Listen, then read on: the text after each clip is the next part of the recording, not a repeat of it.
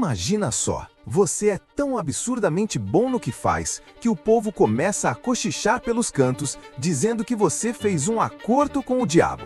Pois é, essa é a história real de um cara que assombrou a Europa inteira com um violino. E ó, segura aí, porque o final é daqueles que gelam a alma. O corpo dele ficou 36 anos sem sepultura. 36. Por quê? Calma, fica comigo até o fim que eu te conto. Estamos em 1840, Nice, França. Um homem está morrendo. E não é uma morte bonita. O corpo estava acabado. Em sua condição debilitada, ele lutava para respirar, soltando chiados a cada suspiro.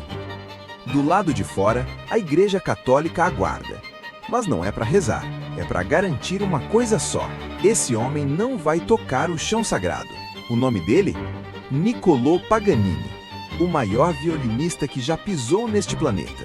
E a vida dele, meu amigo, foi mais insana do que qualquer roteiro de Hollywood. Hoje você vai conhecer a história real do homem que seduziu a Europa, partiu corações, queimou fortunas e, segundo diziam, fez um pacto. Não com o diabo, mas com algo bem mais perigoso, a própria obsessão. E o que aconteceu com o corpo dele depois da morte? Você não vai acreditar. Fica até o final.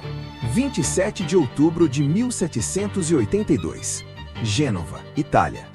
Nasce Niccolò Paganini, numa família pobre, espremida entre sonhos quebrados e contas atrasadas.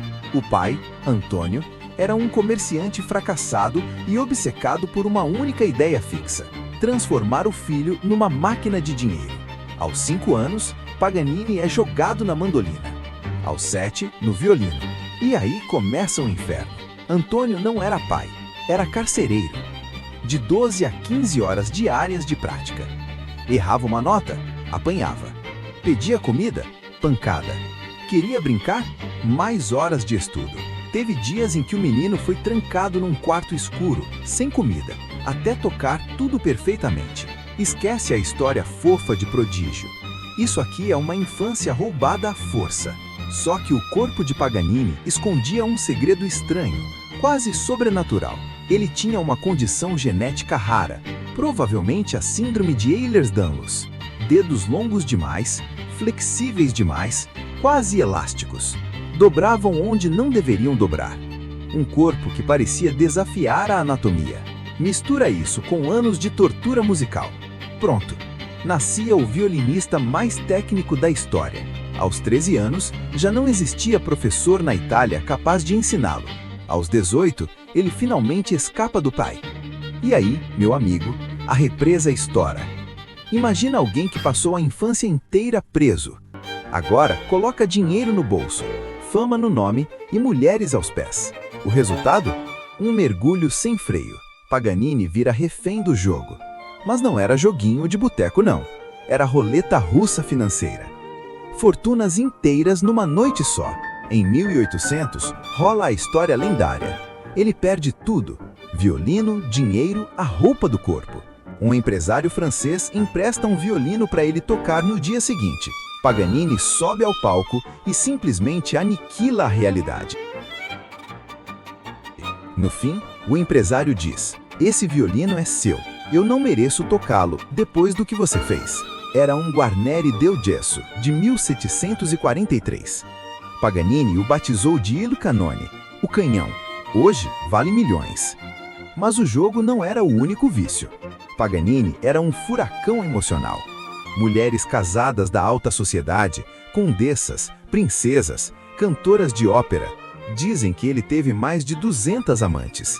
Em 1814, conhece Antonia Bianchi. Tem um filho, Achille. Casamento? Nem pensar. O romance vira um escândalo. Processo. Cartas íntimas vazadas. Circo midiático. Ele perde a guarda do filho, paga uma fortuna e vê a reputação virar pó. E aí, vem o capítulo mais estranho. Entre 1805 e 1808, silêncio. Paganini some do mapa. 3 anos evaporado. Quando volta, diz apenas que foi estudar. Mas os rumores... os rumores. Prisão por assassinato. Caso secreto com uma nobre.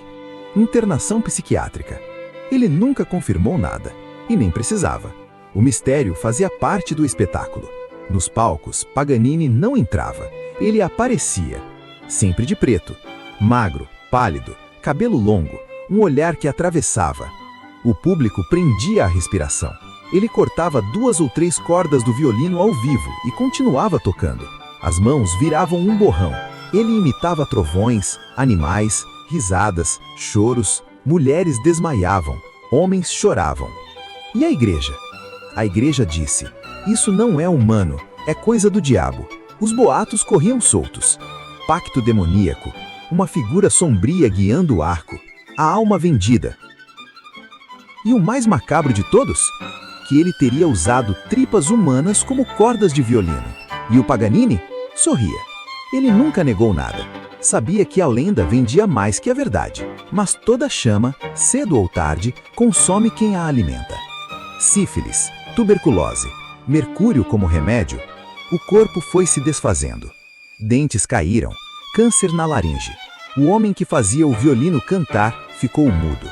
27 de maio de 1840. Paganini morre. A igreja se recusa a enterrá-lo. E aí o pesadelo começa de verdade. Sem funeral, o corpo passa de lugar em lugar.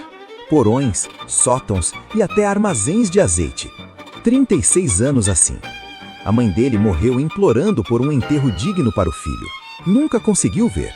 Só em 1876, quase 40 anos depois, Paganini finalmente é sepultado em Parma.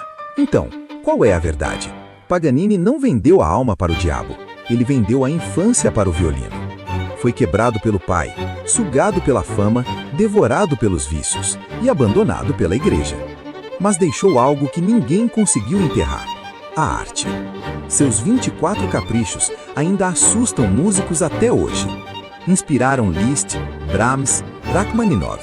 Ele provou que dá para ser falho, escuro, humano e ainda assim criar algo eterno. Se essa história te arrepiou, deixa o seu like, se inscreve no canal e comenta aqui embaixo. Qual parte da vida de Paganini mais te chocou? E me diz aí, qual grande nome da música clássica você quer ver no próximo vídeo?